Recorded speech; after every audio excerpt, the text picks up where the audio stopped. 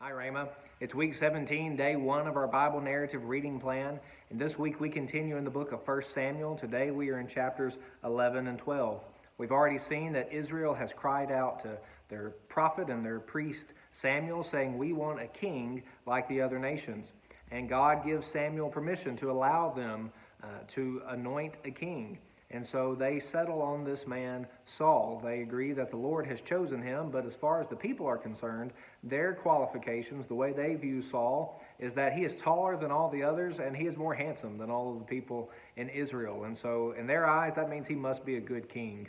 But now we see that he's going to lead them into battle in a manner that is reminiscent of the Judges. Saul finds the people weeping and they're afraid of a battle that is upcoming, and he rallies the troops. He tells them to come together and he will lead them in battle, and he does. He leads them victoriously in battle to defeat their enemies. And because of this, Samuel says, let's go and renew the kingdom. Let's reaffirm Saul as our king before the Lord. And so they do that at the end of chapter 11.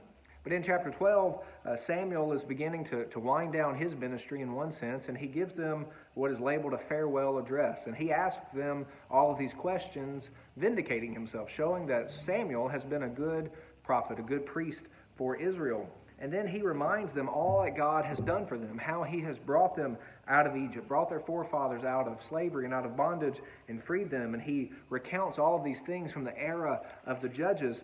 And he makes this transition from the time of the Judges to now they have Saul as king. And here's the point. Here's the big idea. He's saying, look, it doesn't matter if you have a judge or if you have a king. If you disobey God, you will be punished. But if you obey God, if you walk in his ways, if your king walks in his ways, and if the people walk in his ways, you will be blessed.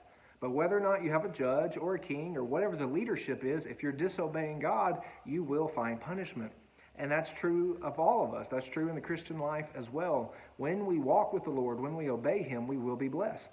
And when we disobey him, we will find consequences. This is what we seek to teach our children. And sometimes we forget this as adults, but this is Samuel's overall message. It doesn't matter whether or not you have a judge or a king, you must obey the Lord.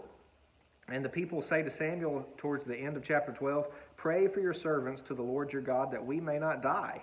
For we have all added to our sins this evil, to ask for ourselves a king." They get this message. They begin to realize, oh, we shouldn't have asked for a king. Perhaps we should have actually just relied on God.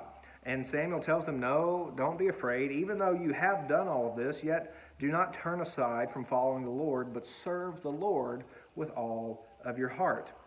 For the Lord will not forsake his people for his great name's sake, because it has pleased the Lord to make you a people for himself.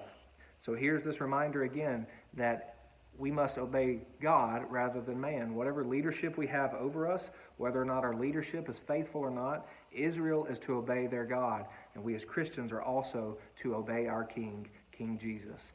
Here's a summary of today's reading.